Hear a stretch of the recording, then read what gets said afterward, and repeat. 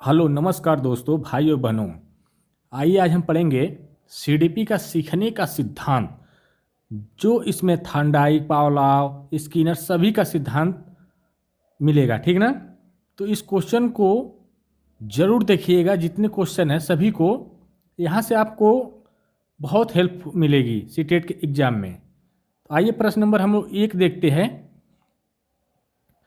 Thorndike के अनुसार यदि किसी कार्य से असंतोष मिलता है तो ऑप्शन नंबर 1 है वह व्यवहार मजबूत होगा, दूसरा है वह व्यवहार दोहराया जाएगा, तीसरा है वह व्यवहार कमजोर होगा और चौथा है वह अस्थायी बन जाएगा। तो देखिए थॉर्नडाइक क्या बताया है कि जो असंतोष परिणाम से क्या होता है, जो व्यवहार होता है वह कमजोर होता है, ठीक ना, संबंध कमजोर होता है। इसका जो सही जवाब क्या हो जाएगा, ऑप्शन नंबर सी हो जाएगा, वह व्यवहार कमजोर होगा। ऑप्शन नंबर सी करेक्ट हो जाएगा। अगला देखेंगे प्रश्न नंबर 2। स्किनर के सिद्धांत में सीखने की गति किससे अधिक प्रभावी होती है? दंड से, पुनरावृत्ति से, प्रबलन के प्रकार से और आयु से। तो देखिए ये बताया है रेनफोर्समेंट, निगेटिव रेनफोर्समेंट और पॉजिटिव रेनफोर्समेंट दोनों बताया है, ठीक है। कब निगेटिव होता है, कब पॉजिटिव होता है। रेनफोर्समेंट मतलब प्रबलन, ठीक ना। तो इसका मतलब है प्रबलन के प्रकार से। अगर प्रबलन का प्रकार अगर पॉजिटिव रहेगा तो भी प्रभावित होगा, तब सीखने के लिए प्रभावित होगा। निगेटिव रहेगा तो वह नकारात्मक प्रभाव डालेगा, ठीक। अगला देखेंगे प्रश्न नंबर 3। निम्न में कौन सा प्रबलन का उदाहरण है? तो ऑप्शन नंबर 1 है डांटना, बी है अंक काटना, सी है प्रशंसा करना और डी है डराना। तो देखिए कह रहा है कौन सा प्रबलन का उदाहरण है। प्रबलन में हम बताए हैं अभी, प्रशंसा करना सकारात्मक होता है और नकारात्मक कौन होता है, जिससे कुछ सीखा ना जा सके, ठीक ना। तो यहाँ प्रशंसा करने वाली बात हो गई, तो इसका मतलब सही आंसर क्या हो जाएगा, प्रशंसा करना। ऑप्शन नंबर सी हो जाएगा, ठीक। अब प्रश्न नंबर हम लोग देखेंगे 4 है पावलोव के अनुसार सीखना मुख्यतः किस पर आधारित है? ऑप्शन नंबर है प्रयास और त्रुटि, उद्दीपन, अनुक्रिया संबंध, तीसरा है अंतर्दृष्टि और चौथा संज्ञानात्मक संरचना। पावलोव साहब ने बताया है कि जो सीखा जाता है अनुक्रिया करके, ठीक ना। इसका जो सही जवाब क्या हो जाएगा, उद्दीपन, उद्दीपक और अनुक्रिया संबंध हो जाएगा, ठीक ना। इससे क्या होता है, पावलोव इससे बताया कि सीखना आसान होता है। ये कौन सा सिद्धांत दिए है पावलोव ने? क्लासिकल कंडीशनिंग का सिद्धांत इन्होंने दिया है, ठीक ना। प्रश्न नंबर 5 है गेस्टाल्ट सिद्धांत में समस्या समाधान का आधार क्या है? ऑप्शन नंबर 1 है अभ्यास, दूसरा है पुनरावृत्ति, तीसरा है संपूर्ण परिस्थिति की समझ और चौथा है दंड। तो गेस्टाल्ट का जो है होल सॉल्यूशन होना चाहिए, ठीक ना, पूरा समझना आवश्यक होता है, संपूर्ण परिस्थिति की समझ होनी चाहिए। तो इसका सही जवाब हो जाएगा ऑप्शन नंबर सी, अभ्यास और पुनरावृत्ति और दंड ये नकारात्मक हो जाएंगे, ठीक ना। अब प्रश्न नंबर हम लोग देखेंगे 6। इनसाइट लर्निंग की सबसे प्रमुख विशेषता है? ऑप्शन नंबर 1 है धीरे धीरे सीखना, बी है अचानक समाधान मिलना और सी है रटंत और डी है दंड आधारित। देखिए इनसाइट लर्निंग का मतलब होता है यह अचानक क्या हो सके, समाधान मिल जाए, अचानक सीख जाता है, अचानक स्पष्ट हो जाता है। जो समाधान होता है अचानक स्पष्ट हो जाता है। इसका जो सही आंसर क्या हो जाए, अचानक समाधान मिलना। इनसाइट लर्निंग का मतलब ये होता है, ठीक ना। इनसाइट लर्निंग का मतलब अंतर्दृष्टि का सिद्धांत, ठीक ना। जो अंदर से जो सिद्धांत हो रहा है, अंतर्दृष्टि हो रही है, उससे क्या हो जाएगा, जिससे तुरंत वह सीख सके। कुछ कुछ ऐसा होता है, नहीं देखते हैं कि तुरंत सीखा जा सकता है, नहीं आता रहता है, तब तक अंदर से कोई बात ऐसी होती है कि जिससे वह हो जाता है, ठीक ना। अब प्रश्न नंबर 7 देखेंगे, संज्ञानात्मक अधिगम सिद्धांत किससे जुड़ा है? तो ऑप्शन नंबर ए वह व्यवहार से, दूसरा है केवल दंड, तीसरा है मानसिक प्रक्रिया, चौथा है अभ्यास की मात्रा। तो देखिए संज्ञानात्मक अधिगम सिद्धांत, ठीक ना। देखिए जो संज्ञानात्मक अधिगम का सिद्धांत होता है यह शिक्षक और विद्यार्थी की सोच की प्रक्रिया पर क्या होता है, केंद्रित होता है, ठीक ना। कॉग्निटिव लर्निंग कहा जाता है, ठीक। तो इसका जो सही जवाब क्या हो जाएगा, अब बताइए आप लोग। मानसिक प्रक्रिया है ना, क्योंकि बच्चों और विद्यार्थी की मानसिक प्रक्रिया पर यह क्या होता है, केंद्रित होता है। अब प्रश्न नंबर हम लोग देखेंगे 8।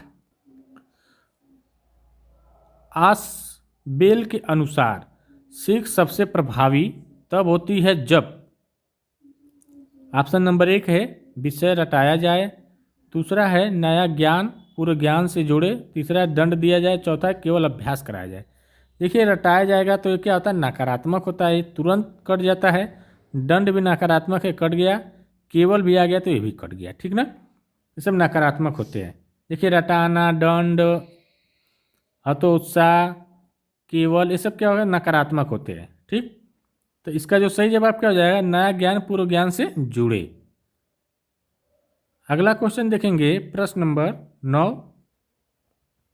निम्न में कौन सा शिक्षक का व्यवहार सीख को बढ़ावा देता है।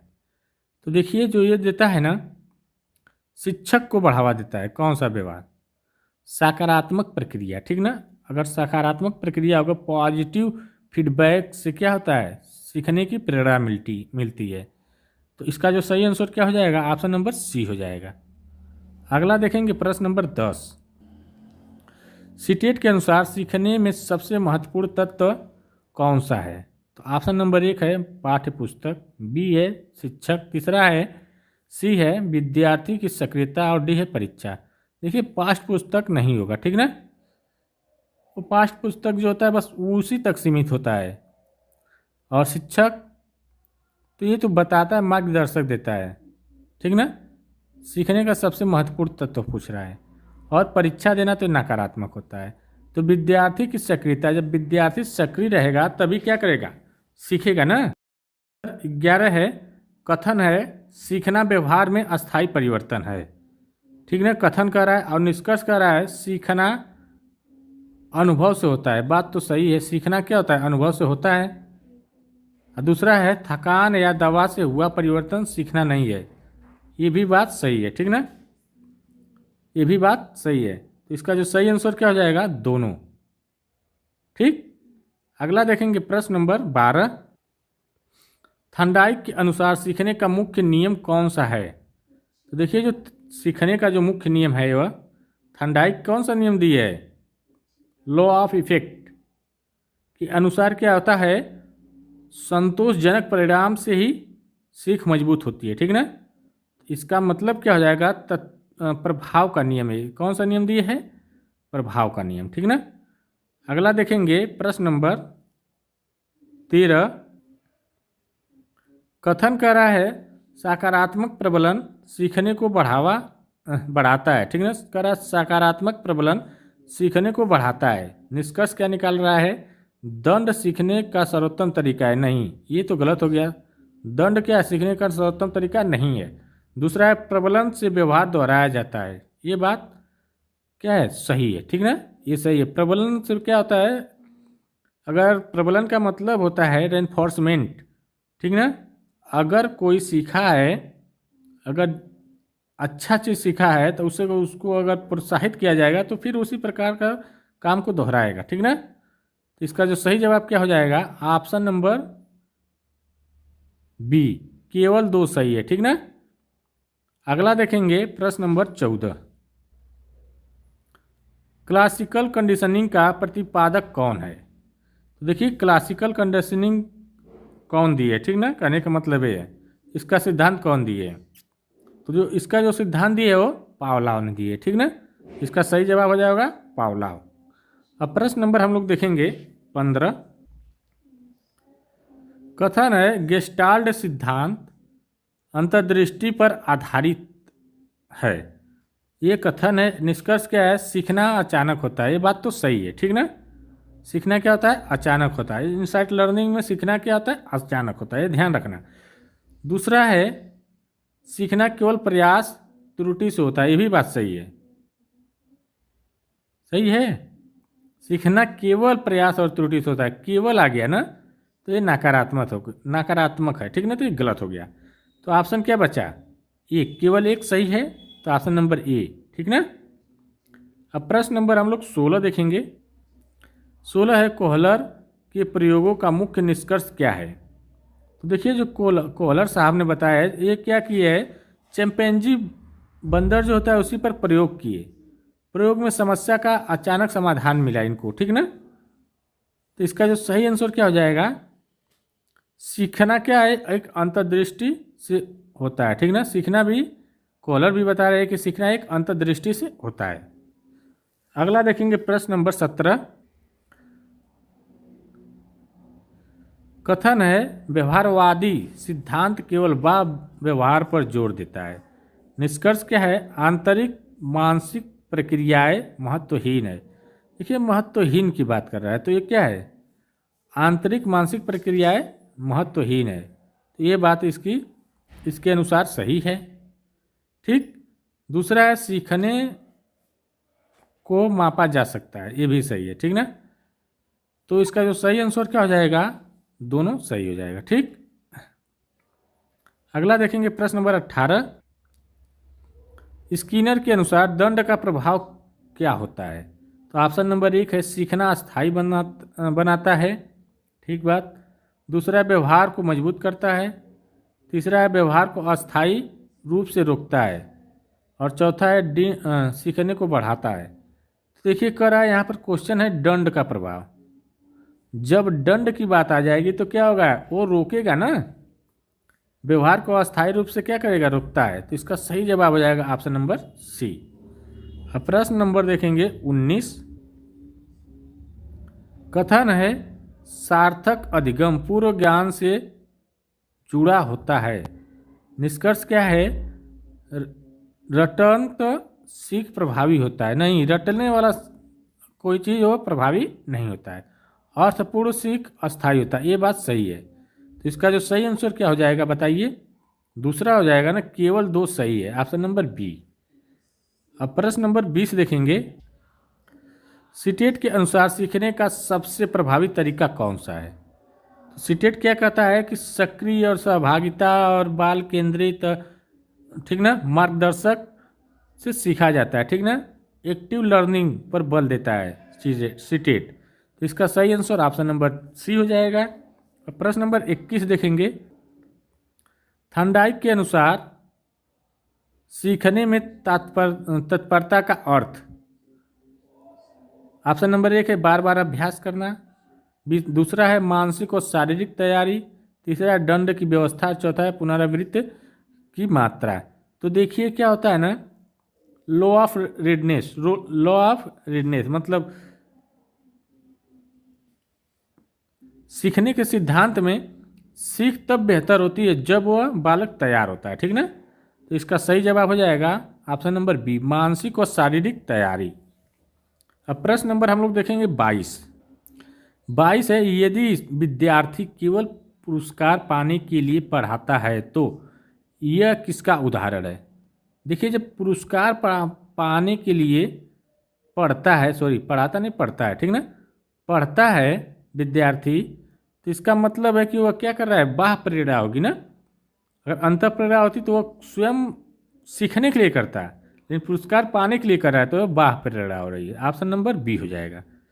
प्रश्न नंबर 23 देखेंगे। स्किनर के अनुसार निरंतर प्रबलन का परिणाम क्या होता है। देखिए निरंतर जो प्रबलन का परिणाम होता है वह कंटिन्यूअस रेनफोर्समेंट से व्यवहार क्या होता है, तेजी से सीख लिया जाता है, ठीक ना। तो इसका जो सही आंसर क्या हो जाएगा, निरंतर जब प्रबलन होगा तो तेजी से सीखा जाएगा, अस्थायी सीख होगी, जल्दी सीखेंगे। तो इसका सही जवाब हो जाएगा सीख जल्दी होती है, ऑप्शन नंबर बी हो जाएगा। प्रश्न नंबर 24 देखेंगे। पावलाव के प्रयोग में लार स्राव किसका उदाहरण है।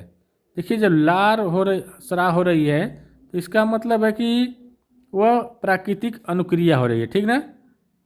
क्या हो रही है, प्राकृतिक अनुक्रिया। ऑप्शन नंबर डी हो जाएगा करेक्ट। भोजन पर क्या होता है, लार आना। भोजन को देख करके लार आने लगती है, ठीक ना, न चाहते हुए भी आती है, तो ये प्राकृतिक क्रिया है। प्रश्न नंबर 25 है, गेस्टाल्ट सिद्धांत किस पर बल देता है? तो देखिए, जो गेस्टाल्ट सिद्धांत जो है, यह जो संपूर्णता पर बल देता है, ठीक ना। Whole is more than sum of part, मतलब सभी पूरा संपूर्ण होना चाहिए। तो ऑप्शन नंबर सी करेक्ट हो जाएगा। प्रश्न नंबर 26 देखेंगे, निम्न में कौन सा कथन व्यवहारवादी सिद्धांत से मेल खाता है? तो देखिए, जो व्यवहारवादी सिद्धांत से मेल खाने वाला क्या इसमें है, ऑप्शन देखकर बताइए। तो ऑप्शन नंबर 1 है सीख मानसिक प्रक्रिया है, दूसरा है सीख मापी नहीं जा सकती, तीसरा है सीख व्यवहार में परिवर्तन है, और डी है सीख अंतर्दृष्टि से होती है। तो यहाँ पर व्यवहारवादी की बात कर रहा है, ठीक ना। तो व्यवहार में परिवर्तन, ठीक ना, तो सीख व्यवहार में परिवर्तन है, ऑप्शन नंबर सी हो जाएगा। प्रश्न नंबर 27 देखेंगे, सीखने में ट्रांसफर ऑफ लर्निंग का अर्थ? ऑप्शन नंबर 1 है विषय बदलना, बी है शिक्षक बदलना, सी है एक सीख पर दूसरी स्थिति में प्रयोग, चौथा है डी है पुनरावृत्ति। तो देखिए क्या होता है इसमें, एक सीखी हुई चीज़ का नए संदर्भ में उपयोग करना क्या होता है, ट्रांसफर ऑफ लर्निंग होता है। मतलब कुछ सीखे है तो उसी सीख से कुछ और सीख लिए, ठीक ना। तो इसका सही जवाब हो जाएगा ऑप्शन नंबर सी करेक्ट हो जाएगा। प्रश्न नंबर 28 है, सीटेट के अनुसार प्रभावी शिक्षण के लिए क्या आवश्यक है? तो केवल जहाँ है डर है और कठोर है कट जाएगा, बाल केंद्रित दृष्टिकोण होना चाहिए, ऑप्शन नंबर सी होना चाहिए, ठीक ना। प्रश्न नंबर 29 है, निम्न में कौन सा सीखने को बाधित करता है? कौन करेगा सीखने को बाधित? रुचि तो नहीं करेगी, प्रेरणा तो नहीं करेगी, सक्रिय सहभागिता नहीं, यह जो भय है यह क्या करेगी, सीखने को बाधित करेगी, ठीक ना। प्रश्न नंबर 30 है, सीखने का सबसे अस्थायी परिणाम किससे मिलता है? तो देखिए, रटंत से नहीं, दंड से नहीं, अनुभव आधारित गतिविधि, ठीक है। अनुभव आधारित गतिविधि से क्या होगा, जो सीखा हुआ वह अस्थायी होगा, ठीक ना। तो वीडियो अच्छी लगी तो चैनल को लाइक कर दीजिए, शेयर कर दीजिए। अब हम 15 तारीख से बैच चलाएंगे, उस बैच में टॉपिक वाइज पूरा एकदम सीटेट में जिस प्रकार का क्वेश्चन दिया जाता है उसी प्रकार का क्वेश्चन हम लाएंगे, ठीक है। टॉपिक वाइज पूरा खोज कर ही हम बनाएंगे और आप लोग उसको हल करिएगा। तो उससे क्या होगा, टॉपिक वाइज से क्वेश्चन जो है, बड़े बड़े क्वेश्चन जो पूछे जाते हैं, घुमावदार क्वेश्चन, ये तो अभी कंसेप्ट हम बता रहे थे, जब घुमावदार क्वेश्चन टॉपिक वाइज, ठीक ना, तो उसको हम लेकर आएंगे। तो आप लोग ज़रूर देखिएगा। तब तक मिलते हैं, अब तब तक के लिए अब रखते हैं, अब चलते हैं, बाय बाय, नमस्कार, आप लोगों का दिन शुभ हो।